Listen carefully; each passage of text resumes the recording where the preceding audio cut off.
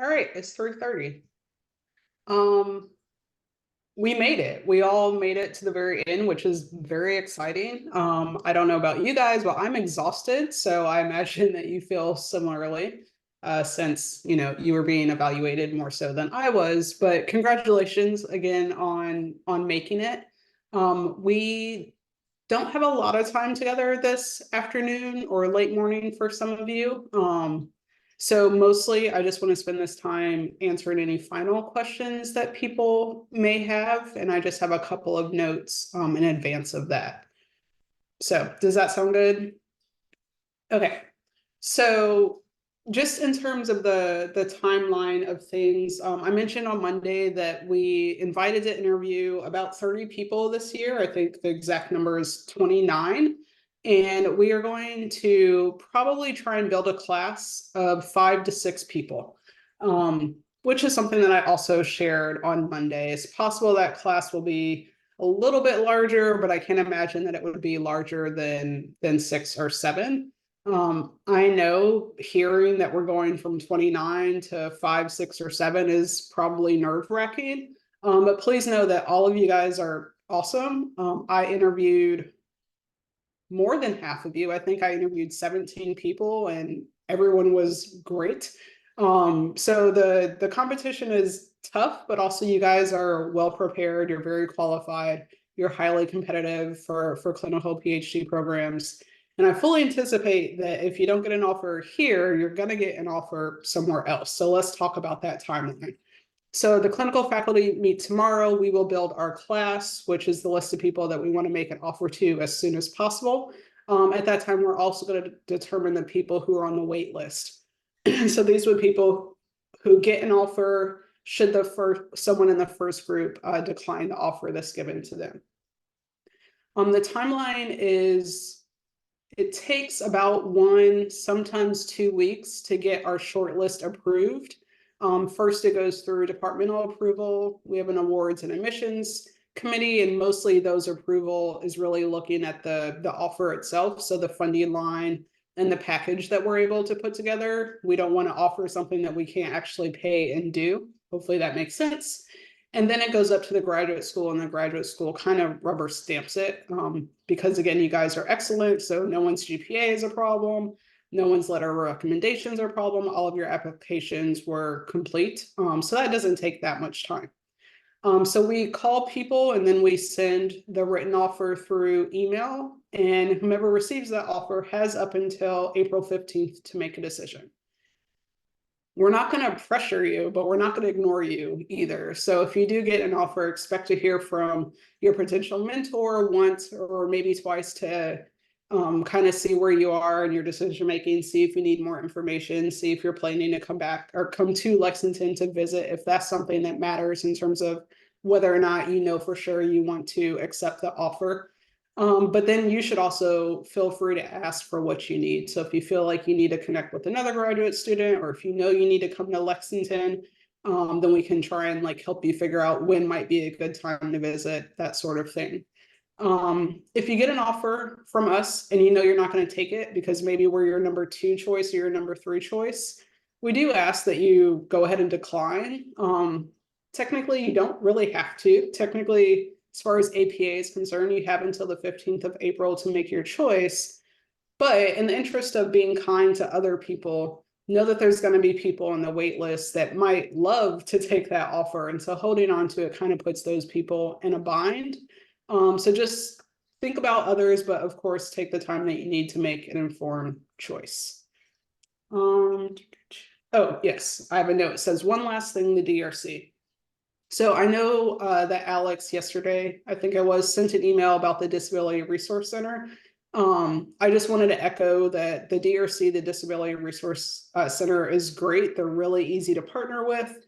And so should anyone need accommodations for ADHD or a learning disability or being hard of hearing, anything like that, of course, we're able to make those sort of accommodations.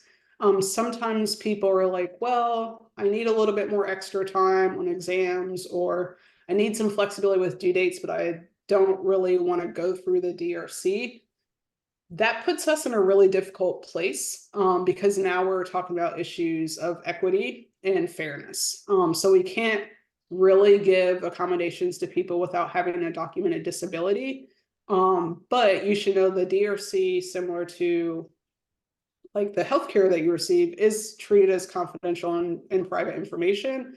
So only the people that need to know they need accommodations will know that you need accommodations. So I say all of that just to say, like, should you come here, please trust us that we're going to be here to support you. And we just need to make sure that we do that going through the right channels. Hey. Okay, so that is all. Happy to open it up for questions.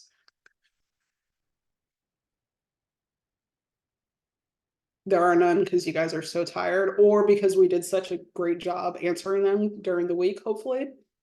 I see nodding, so that's good. Alex, do you have any questions? I don't think so, but thank you for asking.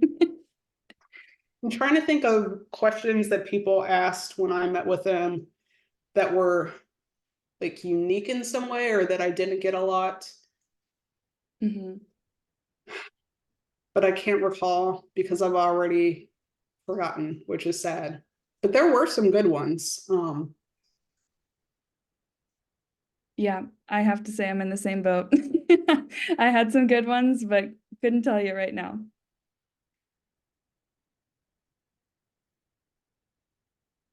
It's okay if there are any questions, I'll let I'll let you guys go. I don't want to make you stay here for no reason. I do actually have one question that I thought of earlier at interviews today. So I was wondering, I know a lot throughout the program, we talk primarily about kind of those RA ships and how those fund most students at the PhD level, but I was wondering if there are any other opportunities for TA ships and how that kind of works, or if those are more kind of on like a case-by-case basis if a professor really needs that. Oh yeah, so I'm glad you asked that because I spoke to a lot of people about the three funding lines, but maybe not everyone did. So I'm actually going to flip it. So our kind of default funding line is a teaching assistantship. So the psychology major at UK is number one or number two. So we always are offering a lot of undergraduate classes. And typically the TA positions there, like for intro to psychology, the research methods class, the statistics classes, and then we have what are called lecture labs, where there's an instructor or faculty member who's teaching the lecture, and then there's a lab component, a more applied component. And typically a TA is running those labs. And then we also just have some large classes, so like abnormal psychology, adjustment psychology, developmental psychology, personality psychology, and there's usually TAs with those. So there's tons of TAs. We never have a shortage. So that really is the default. But you can go all in on teaching if it's something that you really care about and even get a certificate in instruction and end up being an independent teacher and instructor of record is what we call that, if that's something that you wanted to do. So then the second most common funding would be a research assistantship. And this may be in the lab of your primary mentor, or it could be in someone else's lab. It could be in the psychology department, most likely would be. But there's also faculty elsewhere in the university who fund our students because they know our students are the best students on campus. And so they'll email and be like, I need a student. But don't tell the other people because I don't want to work with them. I just want a clinical student. I'm like, yes. So those are funding options as well. And then the third is a fellowship. Those are always competitive and they are sourced in different ways. So we have some in the department for first year students. And then there's fellowships at the college level and at the provost level. It tends to be that those fellowships are that you'd be more competitive when you're advanced. So fourth or fifth year student, because you're competing with everyone across campus.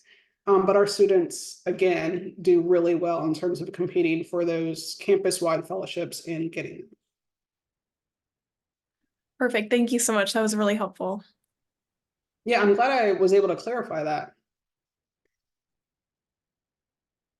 I had a quick follow-up question to that about fellowships. Sure. So are there any fellowships that might be offered through your advisor, PI, mentor, working with a specific organization? No, so a fellowship is a sweet deal. So fellowship is a stipend and tuition coverage in the absence of any work expectation. I use any with an asterisk. So the ideal is that your time is protected from a TA or RA so that you can like focus more on your coursework and make those A's easier because you have more time, or you can get more engaged in your research or take on another client, like to really double down in the other areas because you don't have that 20-hour per week commitment. So because of that, they wouldn't be tied to an individual person. They're really going to stem from like the college level or the provost.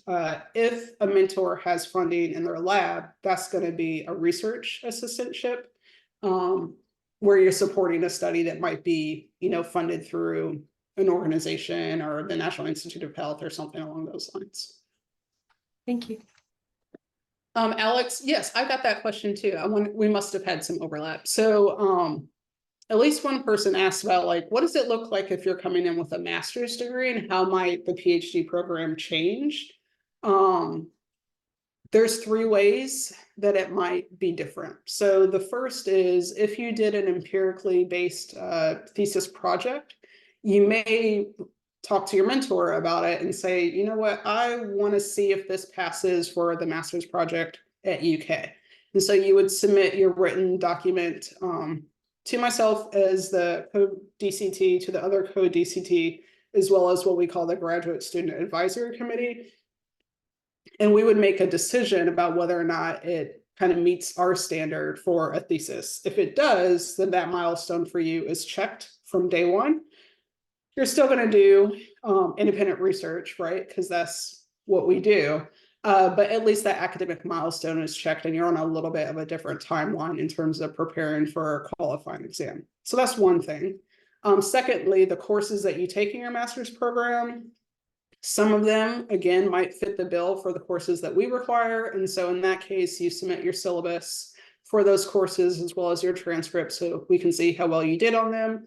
And again, by committee review, we say, yeah, these courses are good. This course isn't robust enough in this area, so we still need you to take it. But that could reduce the number of required courses that you have. And then the third thing is, and this is pretty rare, but sometimes people come in with a master's degree in clinical or counseling psychology, and they've been practicing for a while in that space. And so we're able to say, seems like you're legit. So why don't you go ahead and start your clinical work earlier than the other people in the first year cohort? It's rare that we sign off on all 3 of those things. That would be like super rare, like a unicorn. But it's possible that one or more of them you might get like the thumbs up for.